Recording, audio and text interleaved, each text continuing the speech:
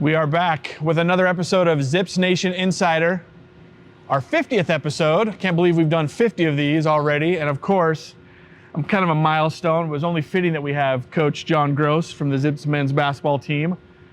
Coach, we're excited to have you here for this milestone episode of Zips Nation Insider.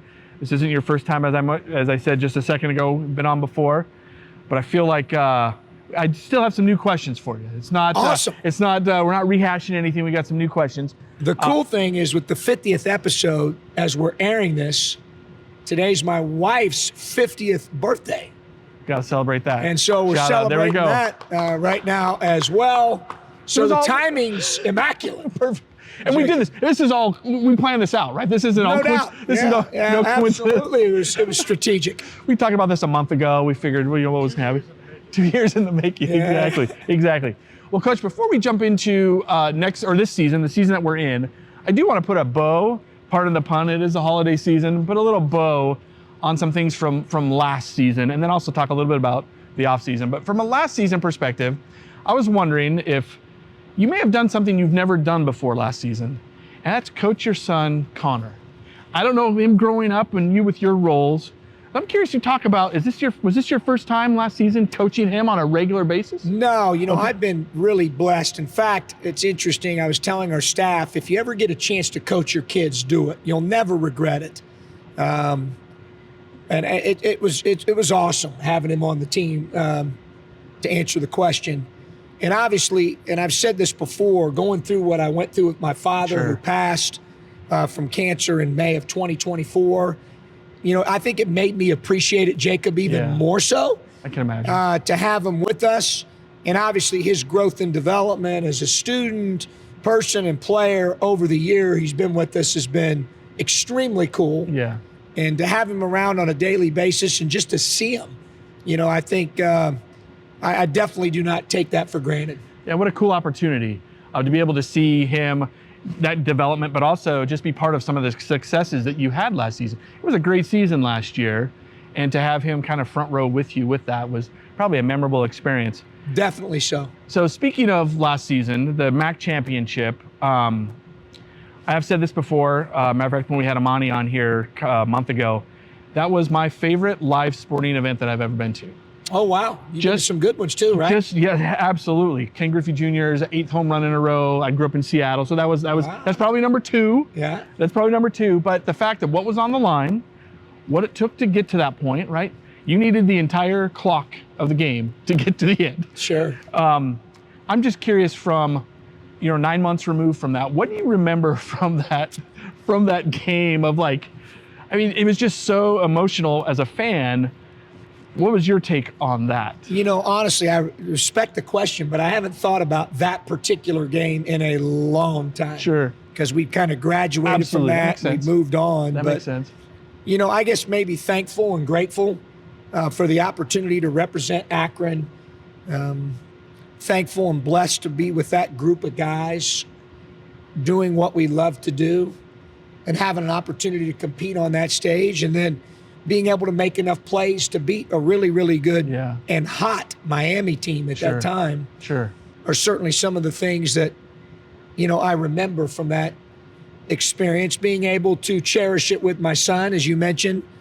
Well, the way we do it, it's a total family affair. The amount of sacrifice that my kids, my wife, my friends and family make for us to do this thing we love to do. Everybody's a part of that experience. So those are the things I'll probably cherish the most. I had to go back and rewatch it because it just happened. And some of the plays at the end, I completely forgot about Amani's rebound, that rebound to push it to Nate to get that final basket. It's just those little things that just, again, as I mentioned, my favorite live sporting event I've ever been to. But also, and this is the next question I wanted to kind of get your take, reflecting on. So in order to win that game, you had to beat your brother. To go from, hey, I just did something that was amazing, and to realize I had to beat someone that I love, and that relationship. How did that, at what point did that come into, or was it just so emotional, just the win?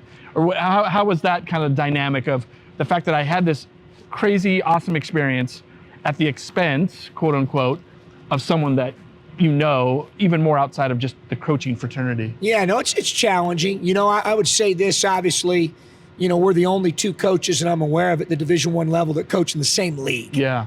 That are brothers. So that makes it hard. I root for them, you know, when we're not playing against each other, Sure. obviously. I always want him and his teams to do well and have for years. And I felt like going into that game, Jacob, as a side note, you know, I never even, whether it's your podcast, whether it's, you know, the ABJ wants me to call him, whatever. Yeah. We always say yes to every opportunity to shine the spotlight on the university, Sure. the athletic department, the men's basketball program, our team, our players. But that day in Cleveland, I felt like the request for the brother angle was so steep that it was taking the attention off of two really good teams. I can see that. And sets of student athletes. So for the first time in my career, and this is the first time I've said it publicly, I'll tell you, I didn't grab any of those requests at all when asked to do them. I wanted the focus to be on our team and their team and less on the brothers. That storyline had been ran frequently prior. Maybe ad nauseum to a point. Yeah, so it's like, let's talk about the teams. They're two really good teams that have really good student athletes playing in a championship game tonight. So that was kind of my disposition going into the game. But when the game's over and you're walking down the sideline and you're shaking the other coach's hand and it's your brother, I felt it. Yeah. I did. That's hard. And I know I got great respect for how well he coaches his team, how good his team is, how good his players are. You know, one of the things I'll remember from that night was hugging Ipsaro at the end of the game because he poured his heart and soul into that. Yeah. And just, you know, at that point, you're taking it maybe a little bit differently than you would if it was, as you're saying, another team. So, you know, obviously they're having, we'll talk currently now, a fantastic year. And I'm so happy for them. But like I said, we were grateful and very blessed to have won the game and made enough plays to win it. I thought they played out an outstanding. It was a high-level game, and have great respect, obviously, for Trav, his team, and his players. Yeah. And to your point, you're in the same league. It's not like you're not going to see him again. You're going to see him. No, you're going to see him. Now, this season, it's only once. We'll talk about that. But well, you think it's once. You never know. That's the thing. You don't know how many times, if it's going to be one or more. Or two or more. Sure. In the case of UMass being in our preseason non-conference tournament here, until the MAC schedule came out, at that point I was thinking 3 was a possibility. Sure. So you don't know. You know, you don't know. You just got to play the game, play the day that's in front of you. Yeah, absolutely. So season ends. Going to the off season, we have some new people, new faces on the team. I think when we talked last year, we talked about how Akron was in a very fortunate place where we've been mainly buyers, right? People transferring in. We did have a big name player transfer out, but at the same time, we had some great new faces. So talk about just kind of the off season, who's new, maybe profile some of those players of who we got. You know, obviously we wish we had 2 really impactful players from last year's team in Okonkwo and Nate. Move on. You know, once a zip, always a zip. Yeah, sure. That's just the way we operate. We're thankful for their contributions and certainly continue to follow those guys. Contributions from those guys. Yeah. Huge. So we're appreciative. Yeah. Obviously, with some graduation and some of that happening, we had an opportunity to bring in some new faces that you're talking about. There's a lot that goes into that. The assistant coaches work really hard in recruiting. We really dive deeply into who we bring in. You know, the person, the student, the player. You know, the university obviously has, been supportive of us since we came here and has continued to be as we built the program. But certainly the support, and I know you've had him on your podcast here, of Bud Wentz and the Fear the Rue Collective and the Wentz Financial Group and what they do for our program, NIL and otherwise, is enormously Sure. impactful. And I want to make sure I'm really clear with that. Absolutely. We wouldn't be where we're at from a consistency standpoint without the contributions. So, we're very thankful for that. As we continue to move forward, obviously making sure and continuing to be all on the same page as we put our roster together. So bottom line is there's a lot involved in doing it. Yeah, absolutely. But to have the opportunity to bring in, we brought in 3 freshmen, Ty, Josh, and Augie. All 3 guys fit our culture. They care about people other than themselves. They care about winning. They love ball. They work hard. They're being developed. They love development. So they fit really well with that. Obviously, our transfers, Evan was unique because his brother's here. Yeah, we just got done talking with you about the brother connection. Now we have this brother connection. That's really unique and really, really, really cool. Yeah. Really cool. So that part's been really good. Obviously, Cody Head. Yep. He's redshirting this year as well. He's got a chance to be a really good player. Came to us via Arkansas State and Lipscomb. Yep. So those 2 guys, we've got, a number of guys. We've kind of blended it, really, with you've got Chabi Barre as well. Absolutely. Who here lately has been playing great. He has. He's been a contributor. Dinged up a little bit, but he's really grown and gotten better and has made the most of his playing time here lately and has given us a different dimension of rim protection, defensive rebounding, and a guy with some size. Yeah. And so, those, the 3 transfers, the 3 freshmen have just been great additions on both the off the court front as well as the on the court front. And obviously some of those guys are having a chance on court to impact in games right now, others futuristically. Yeah. But yeah, great additions. And then I thought the guys who came back, obviously I think great programs as you watch college basketball right now. You might lose a guy or 2, like we're talking about with Nate and James, but the ability to be able to retain. Yeah. Which again, people ask me all the time, like, we've been very fortunate with that. We have been, but the strategy has basically been a 3-prong attack. 1, winning helps. Yeah, it does. 2, culture helps. I think guys, one of the big reasons Evan's here is because Eric was able to share with Evan, absolutely. Hey, here's what my experience was like as a freshman at Akron. Yeah. And he had a great one. Great. So that obviously impacts your ability in recruiting. And a great experience for not getting playing time. So just, not just that experience off the court. So I think that's important. Winning, culture, development. Our guys think and they see with some evidence, man, guys get better here. Guys go from walk-ons to NBA players. Yeah. Guys go from 1 scholarship offer to all league guys. Yeah. And it's not just a front court player or a wing. It's guards, it's wings, it's forwards, it's front court players. So I think development is 3rd. And then I think the 4th thing is our ability to have NIL. Yeah. And the impact of the NIL, and in particular to this juncture, the Fear the Rue Collective and Bud Wentz and his people. So you put that all together, it gives you a chance to have a pretty solid retention formula. And that is, to me, the key to sustaining success. We all get excited. We all do, right? Like when we buy a new car, Jacob, we all look at like, I'd like to have this or that. We all get excited about what's new and shiny. Yeah, absolutely. Right? But the reality of it is, I think the sustainability and consistency lies in retention. Got it. And those are the 4 reasons why we've had a high retention rate. Sure. And everyone's contributing. We've just finished up kind of the non-conference portion of the schedule. And you see just some of those that were on the team last year rising, continuing their trajectory is going up. Let's scout a little bit for next season. So coming into MAC play, which starts on Friday against Eastern Michigan. During that non-conference schedule, did you see what you wanted to see from an on-schedule, off-schedule? And then also, some of that strategy behind some of the games that you've scheduled for that. Yeah, we always, we've been that way here lately, especially the last 5+ years. super aggressive with our non-conference schedule. I think for our listeners, it'd be good to just, let you know that it's very hard to put a schedule together. I can imagine.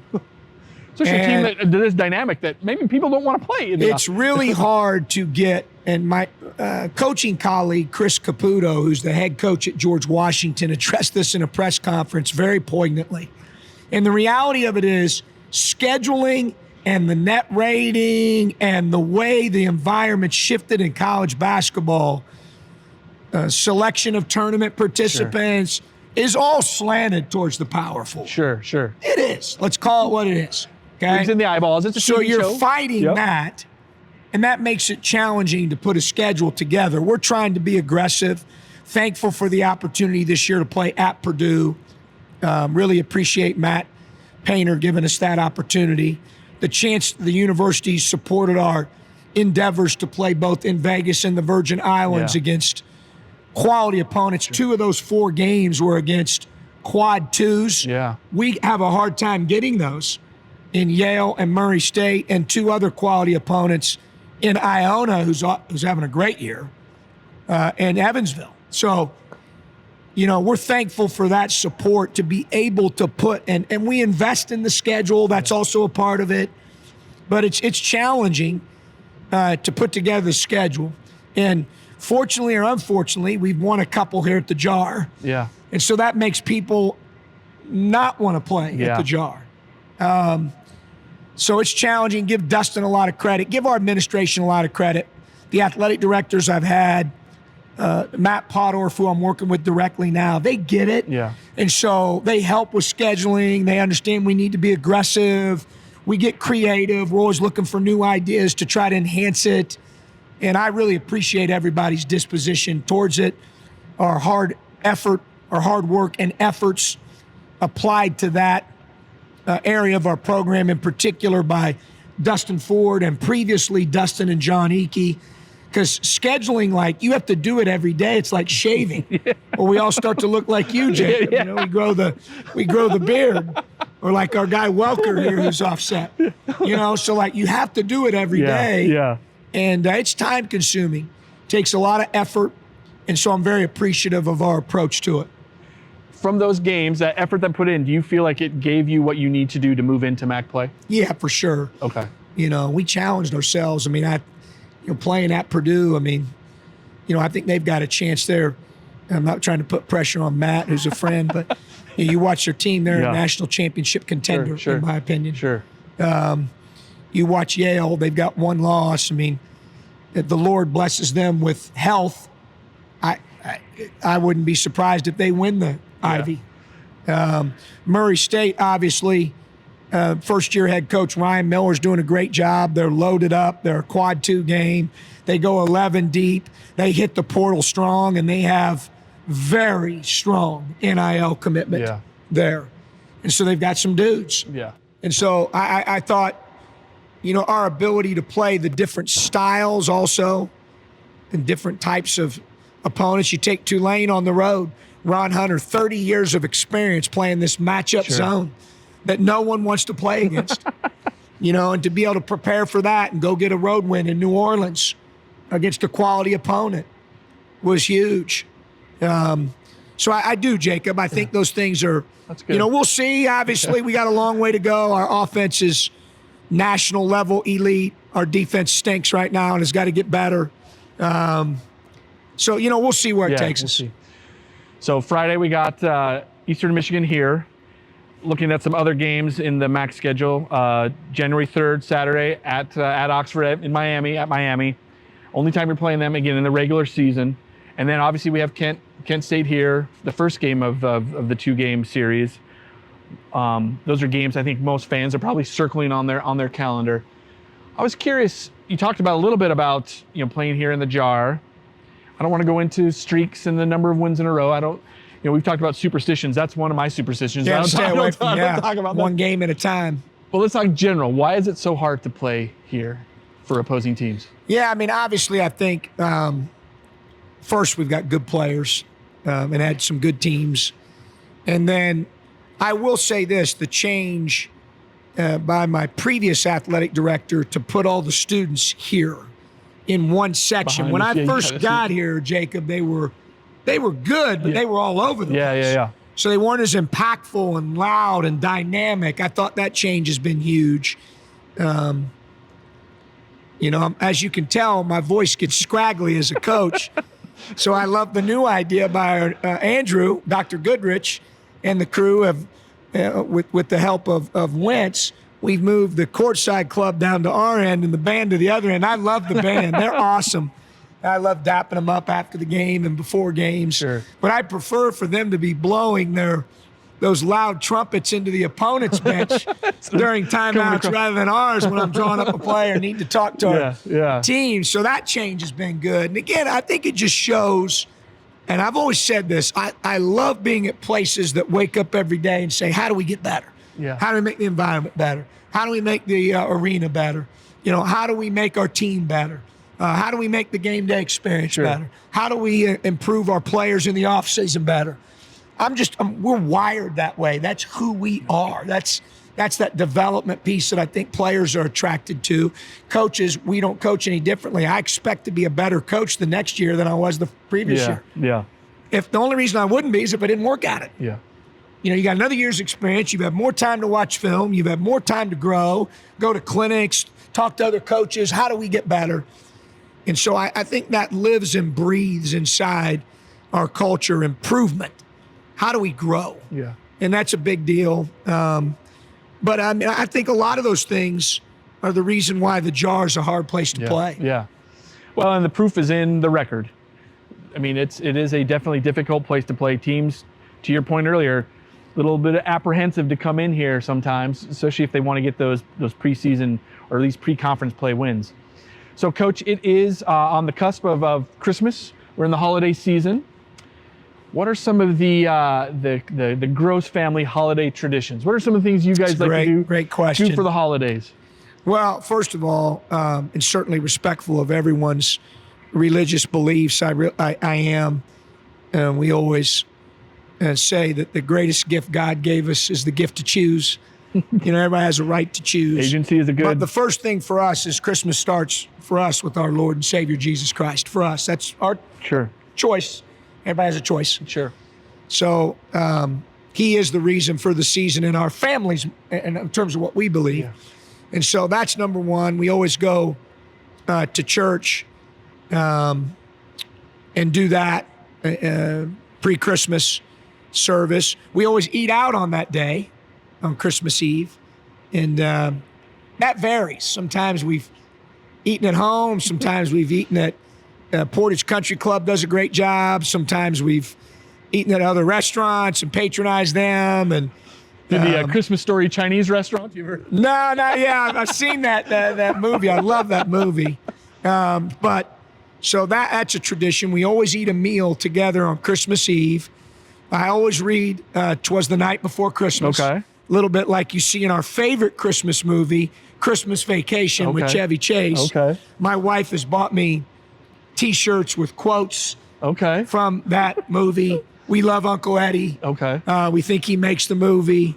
You know, we enjoy watching that and watch it numerous times, really, between at least the kids do and my wife does. I'll watch snippets of it. She'll tell you I don't watch television at all unless it's basketball, which is, for the most part, true.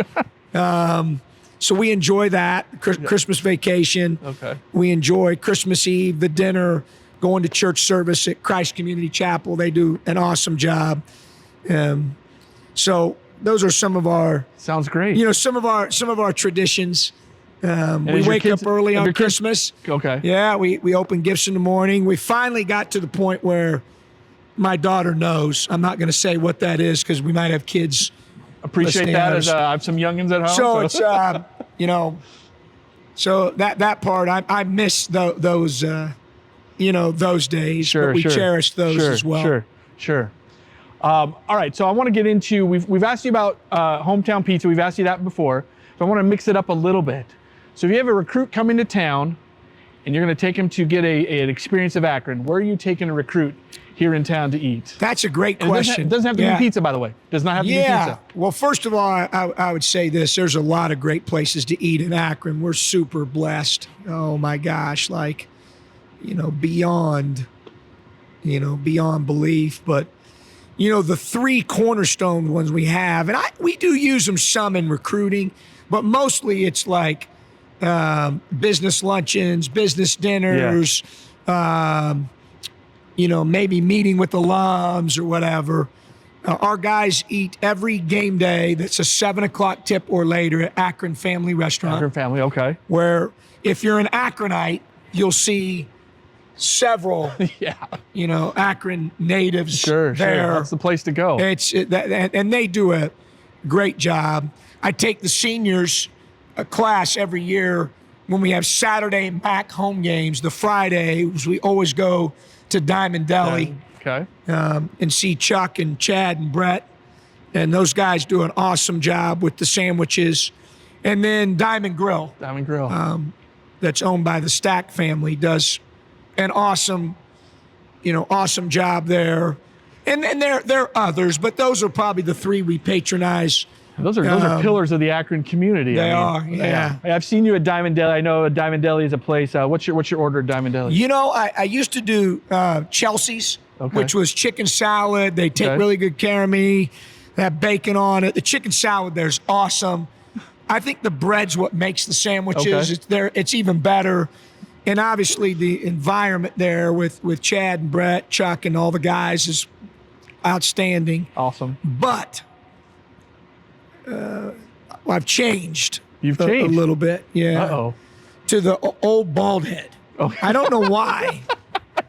I don't know why those guys, E and my other guys down there, would ever recommend to me the old bald head sandwich, but they did. Okay. And I've enjoyed it enough that I hate to cheat on Chelsea's. Yeah, that existed before you, right? Yeah, for sure. I just wanted to make sure. It is smoked turkey, hot. There you go. Apples. I mean, it's high level. So I, owe those guys for the suggested change. Sure, and again, I have no idea why they'd suggest that, but that's what they suggested, so I went with it. All right. Any new superstitions? Any new superstitions from last time? Anything? My routine is pretty rote. It's just that a routine.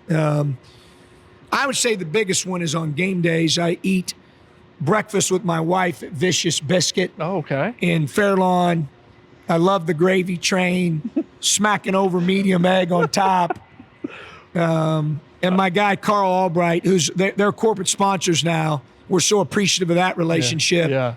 I've known him and his son Maddox for years. Great people, great place to go if you're looking for breakfast spot. That's something you go with That's your a wife? superstition, yeah. That's awesome. On game days, as long as, again, it's a night tip. Sure. If it's an early tip and we got to shoot around at 9 in the morning, we won't do it. I've enjoyed that because, to be truthful, and I need to spend even more time with my wife and kids. And we sacrifice a lot of time doing this and trying to do it as well as we can. So I enjoy that time with her. Got it.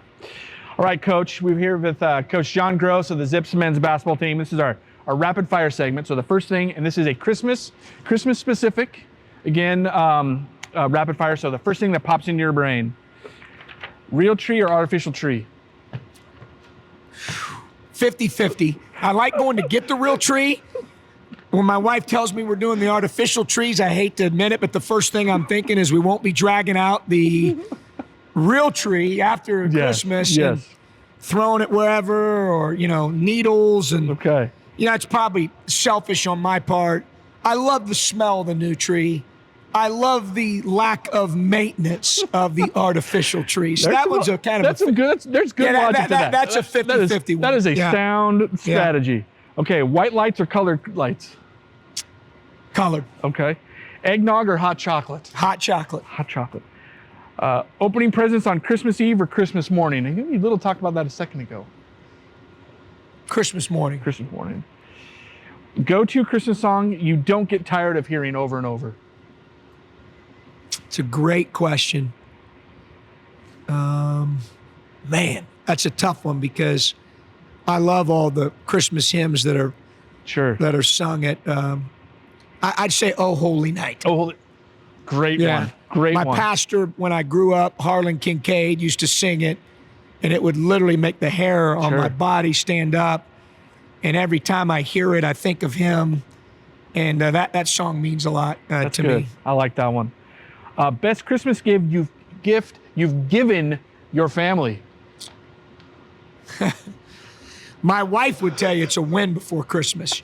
When I was younger, and I've gotten better, because what you learn, I'm trying to tell our players this, the person who controls your happiness, Jacob, and mine, in my opinion, is you control yours and I control mine. That's not other circumstances, win, lose, whatever. Yeah. I make that choice. Yeah. But when I was a younger head coach, did she feel like Christmas wasn't as Christmassy if we lost the game before Christmas? You know, especially, you got to remember at Illinois, it's always the Illinois-Missouri game right before Christmas, rivalry game. Yeah, sure. 20,000, 10,000 black and gold on one side, orange and blue on the other. And yeah, I suppose you felt that one. A great story from that. One of the ones we won at the end on the last second shot. Camden was younger. He's there, takes pictures with the trophy, the players. Yeah. Players storm the court. We dive on a guy named Ravante Rice who hit the game winner. Allie's driving back, and they stop at Cracker Barrel, and Cam says, Mom, real quick, did we win? He was really young. She's like, Cam, like, you took pictures with the trophy. You were in the lot. Like, Cam would definitely know at this age now whether we won or lost that game. He's as sharp as a tack. But got it. Great story there. That's a good one. All right, last rapid fire. Is Die Hard a Christmas movie? I'm going to go yes. Yes. Yeah, I'm going to go yes on that. Okay. Yeah, I mean, not the traditional ones as we would think with, you mentioned earlier, Christmas Story or Christmas Vacation or one of those in that sense or that box. But obviously, I can picture right now Bruce Willis and some of the characters in that movie doing a lot of damage with a lot of Christmas lights and Christmas decor. And so I'm going to throw it in. I would say officially it's there we go. Certainly a part of that. So for those that are on the fence, because that is a polarizing question. It really is. I can see where you could go either way. But we're going to take your word. So for those watching Zips Nation, we've determined, Coach Groce, it is a Christmas movie. All right, Coach, final question. Why should Zips Nation be excited about the Zips basketball team this year? So the character of these guys, Jacob. I mean, how fortunate we are to coach these guys. I mean,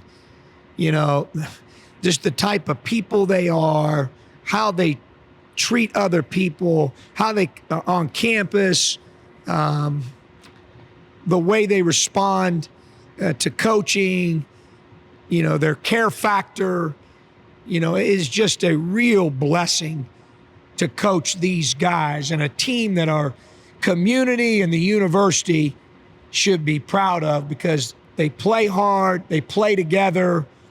Obviously I think we've got a chance to win some games, but it's really because of who they are off the court and on the court. Got it. All right, well, thanks, Coach. Appreciate you being here. As we mentioned before, Zips basketball team starts MAC play this Friday, coming up against Eastern Michigan. Come out and support the team. Thank you so much, Coach. Appreciate it. Thank you, Jacob. Merry Christmas.